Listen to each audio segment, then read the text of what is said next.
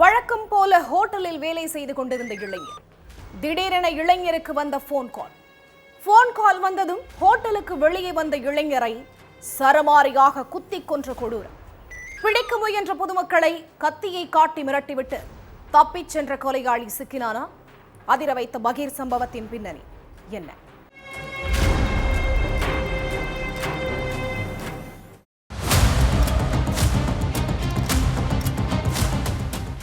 ஏகப்பட்ட பேர் வந்து போகக்கூடிய ஒரு ஃபேமஸான ஹோட்டல் முன்னாடி நின்னுக்கிட்டு ரெண்டு பேரும் தீவிரமா பேசிக்கிட்டு இருந்திருக்காங்க. அதுல ஒரு இளைஞர் திடீர்னு கூட நின்னுக்கிட்டு இருந்த இன்னொரு இளைஞரோட வயத்திலையும் நெஞ்சிலையும் கத்தியால சரமாரியா குத்தி கிழிச்சிருக்காரு. ரோட்ல போயிட்டு இருந்தவங்களும் ஹோட்டலுக்கு சாப்பிட வந்தவங்களும் இந்த கோர காட்சியை பார்த்து அரண்டு போயிட்டாங்க. அந்த இளைஞரோட கையில ரத்தக்கரை படிஞ்ச கத்தி இருந்ததுனால அங்கிருந்த யாருமே இந்த கொடூர தாக்குதலை தடுக்க முன்வரல. கத்தி குத்துனால பலத்த காயமடைஞ்ச அந்த இளைஞரு சம்பவ இடத்திலேயே சுருண்டு விழுந்து கொஞ்ச நேரத்திலேயே துடிதுடிச்சு உயிரிழந்துட்டார். தன்னை பிடிக்க வந்தவங்களை கத்திய காட்டி மிரட்டியே அந்த கொலைக்கார இளைஞரும் அங்கிருந்து தப்பிச்சு போயிட்டான். தகவல் தெரிஞ்சு சம்பவ இடத்துக்கு வந்த போலீஸ் ஹோட்டல் முன்னாடி பொருத்தப்பட்டிருந்த சிசிடிவி காட்சிகளை ஆய்வு பண்ணாங்க. அந்த சிசிடிவி கேமராவில் இளைஞரை கொடூரமா குத்தி கொண்ட சம்பவத்தோட காட்சிகள் தெள்ள தெளிவா பதிவாகி இருந்திருக்கு. அந்த காட்சிகளை கொல்லப்பட்ட இளைஞரோட சொந்தக்காரங்க கிட்ட போலீஸ் போட்டு காமிச்சிருக்காங்க. அப்பதான் கொல்லப்பட்ட இளைஞர் யாரு, கத்தியால குத்தி கொண்ட இளைஞர் யாருங்கிற எல்லா விவரமும் போலீஸுக்கு தெரிய ஆரம்பிச்சிருக்கு. கர்நாடகா விஷமொக்கா நகருக்கு பக்கத்தில் உள்ள பென்னிக்கரை கிராமத்தைச் சேர்ந்த ஹனுமந்தாவும் அவரோட சித்தப்பா மகன் ஜனார்த்தனனும் கடந்த 5 வருஷத்துக்கு முன்னாடி ஒரே பைக்ல போயிட்டு இருந்திருக்காங்க. அந்த பைக்கை ஜனார்த்தனன் ஓட்டுனதா சொல்லப்படுது.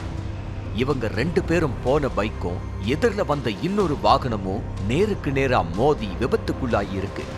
இந்த விபத்துல ஜனார்த்தனனுக்கு லேசான காயம் ஏற்பட்டிருக்கு. ஆனா ஹனுமந்தாவோட ஒரு கால்ல பலத்த காயம் ஏற்பட்டிருக்கு. ஹாஸ்பிட்டல்ல அனுமதிக்கப்பட்ட ஹனுமந்தாவுக்கு டாக்டர்கள் தீவிர சிகிச்சை கொடுத்தாங்க. ஆனாலும் அவரோட கால்ல ஏற்பட்ட காயத்தை முழுசா சரி பண்ண முடியல. இந்த காயத்தினால ஒரு சில மாதங்கள் கழிச்சு ஹனுமந்தாவோட ஒரு கால் செயல்படாம போயிருக்கு.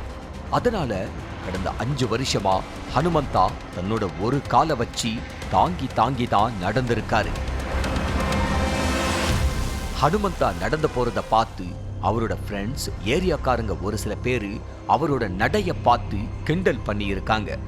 இது ஹனுமந்தாவோட மனசை கடுமையா பாதிச்சிருக்கு. வெளியில போனாலோ இல்லை வேலைக்கு போனாலோ எல்லாருமே நாம நடக்கிறத பார்த்து கிண்டல் பண்ணுவாங்கன்னு நினைச்சு கடந்த சில வருஷமாவே ஹனுமந்தா வீட்டுல முடங்கி கிடந்ததா சொல்லப்படுது. இதுக்கு நடுவுல ஜனார்த்தனனும் தன்னோட அண்ணன் ஹனுமந்தாவோட நடைய பார்த்து நக்கல் பண்ணதா சொல்லப்படுது. ஊர் உலகத்துல யார் சொன்னாலும் பரவாயில்ல, ஆனா நீயே என்னை பத்தி இப்படி சொல்லிட்டியேன்னு கொந்தளிச்ச ஹனுமந்தா ஜனார்த்தனன் கூட சண்டை போட்டிருக்காரு. அப்போ நான் என்ன பொய்யா சொன்னேன், உண்மையை தானே சொன்னேன்னு ஜனார்த்தனன் மறுபடியும் கிண்டல் பண்ற விதமாவே பேசியிருக்காரு.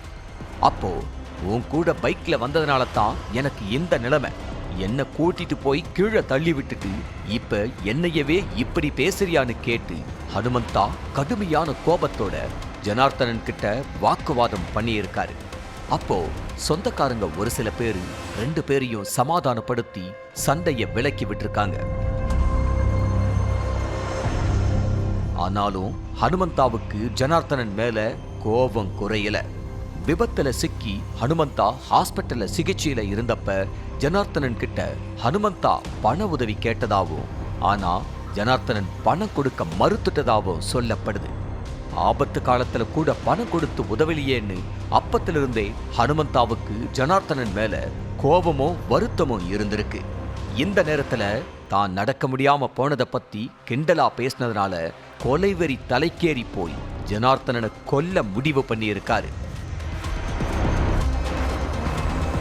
ஜனார்த்தனன் சமையலரா வேலை பார்த்துட்டு இருந்த ஹோட்டலுக்கு போன ஹனுமந்தா, உன்கிட்ட முக்கியமான விஷயம் பேசணும், ஹோட்டலுக்கு வெளியே வான்னு போன்ல பேசி கூப்பிட்டு இருக்காரு.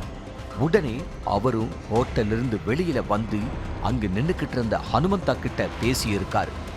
என்ன பார்த்து எப்படி நக்கலா பேசலாம்னு கேட்டு ஹனுமந்தா மறுபடியும் கோவமா பேசியிருக்காரு. இப்படி கோவமா பேசிக்கிட்டு இருந்தப்பவே தான் மறைச்சு வச்சிருந்த கத்தியை எடுத்து ஜனார்த்தனனோட வயிற்றுலயோ நெஞ்சிலையோ சரமாரியா குத்தி கொன்னுட்டு அங்கிருந்து தப்பிச்சு போயிட்டாரு. சிசிடிவி காட்சிகள் மூலமா ஹனுமந்தா தான் கொலையாளிங்கிறத கண்டுபிடிச்ச போலீஸ் அவரோட செல்போன் நம்பரை ட்ரேஸ் பண்ணி அவர் எங்க இருக்காருன்னு தேடிட்டு இருந்தாங்க. அப்போ அவரோட செல்போன் சிக்னல் ரயில்வே ஸ்டேஷன்ல காட்டி இருக்கு. உடனே ரயில்வே ஸ்டேஷனுக்கு போன போலீஸ் வெளிமாநிலத்துக்கு தப்பிச்சு போறதுக்காக ரயில் ஏற காத்துக்கிட்டு இருந்த ஹனுமந்தாவை அரெஸ்ட் பண்ணி ஜெயில்ல அடைச்சிட்டாங்க.